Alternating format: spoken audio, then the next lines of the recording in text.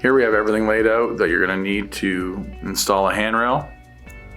First, find out which wall you want it to go onto and measure the wall. Here we have 31¼ inches. Measure the center point. Here I have, measuring from the outside edge to the outside edge, it's 16 inches. 31¼ minus 16 gives you 7 5/8 on each side. So now I'm just going to add some tape to the wall to help protect the finish. Typically, I'm measuring this up to 36½ inches to 37 inches from the finished floor. Now I'm marking 7 5/8 from each side. I'm going to drop my tape down to the floor, measure up 36 3/4 inches here because we're going to put 3/4 inch flooring into the cab. I have my marks where I'm going to drill, and I do a little pre-check to make sure that the hole locations are going to be correct.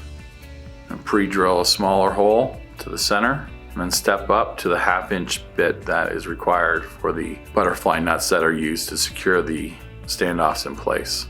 Let's remove the tape.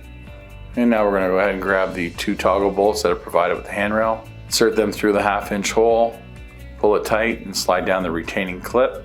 Once you have this secured in place, you can go ahead and just break off the remaining of the plastic arms. Now we're going to go ahead and grab the 2 standoffs and secure them into place.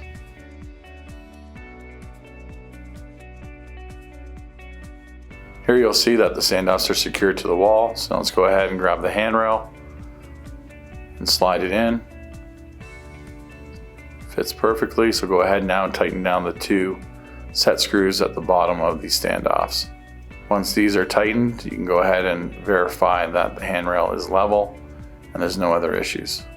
Here you see we have a leveled handrail and everything's good to go.